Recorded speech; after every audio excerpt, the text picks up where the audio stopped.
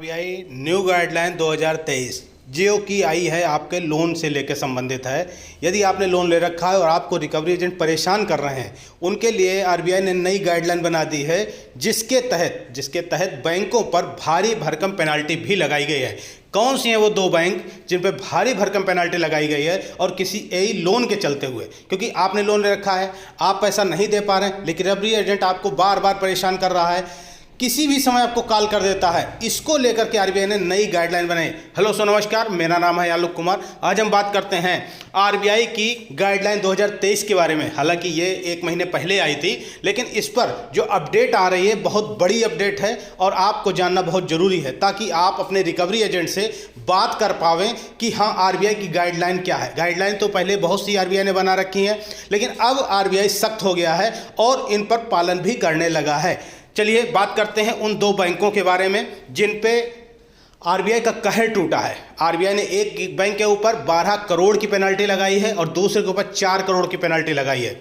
आपको बता देते हैं, आपने लोन ले रखा है और रिकवरी एजेंट आपको फ़ोन करता है, रात में ही फ़ोन कर देता है, 9 बजे ही फ़ोन करता है, 10 बजे ही फ़ोन कर देता है। तो इसके लिए आरबीआई ने एक गाइडलाइन बनाई है। हालांकि गाइडलाइन बहुत से पॉइंट है, लेकिन मुख्य पॉइंट जो हैं वो आपके संबंधित हैं, वो मैं आपको बता रहा हूँ। आरबीआई ने स्पष्ट कहा है कि रिकवरी एजेंट है प्रॉपर आपको टाइमिंग के तहत ही काम कर सकता है, फ़ोन कर सकता है। यानी कि सुबह 8 बजे से लेकर के शाम को 7 बजे तक वो आपको कॉल कर सकता है। दूसरी बात, आपका कोई भी डिटेल, कोई भी डाटा या अभद्र भाषा सोशल मीडिया के माध्यम से आप तक नहीं पहुंचा सकता। अगर कोई ऐसा करता है तो आरबीआई की गाइडलाइन का उल्लंघन होगा।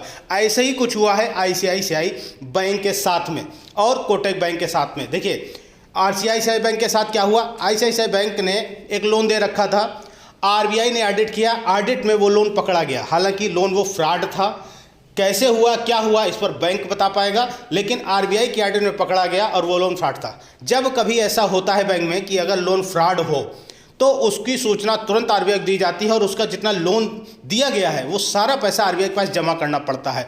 लेकिन यहाँ पर ऐसा नहीं हुआ, जिसको चलते आरबीआई ने आईसीआईसीआई बैंक के ऊपर 12 करोड़ की पेनल्टी लगा दी। ध्यान रखिएगा, 12 करोड़ की पेनल्टी। हालांकि आईसीआईसीआई बैंक ने इसको स्वीकार भी किया और पेड भी किया। दूसरी बात करते हैं रिकवरी एजेंट को लेकर के, टाइमिंग को ले, क्योंकि आपकी टाइमिंग है 8 बजे 7 बजे, लेकिन रिकवरी एजेंट इसके अलग भी आपको कॉल कर देता है। बहुत सी ऐसी बातें पीछे हो चुकी हैं जिनको आप सब जानते हैं, हम भी जानते हैं। उसी को लेकर के आरबीआई ने गाइडलाइन बना दी और सख्त पालन करने लगा। यहाँ पर टाइमिंग की बात थी, यहाँ पर टाइम से अलग हट के फ़ोन कॉल किया गया, बदतमीजी की गई, जिसको लेकर के आरबीआई सख्त हुआ। और कोटक महिंद्रा बैंक के साथ ऐसा हुआ, कोटक बैंक महिंद्रा में जो है आपका 4 करोड़ की पेनल्टी लगाई गई। 4 करोड़ की पेनल्टी, बैंक ने इसको भी एक्सेप्ट किया। क्योंकि देखिए रिकवरी एजेंट आपके पास आता है, उसके पास आई कार्ड ही नहीं होता है।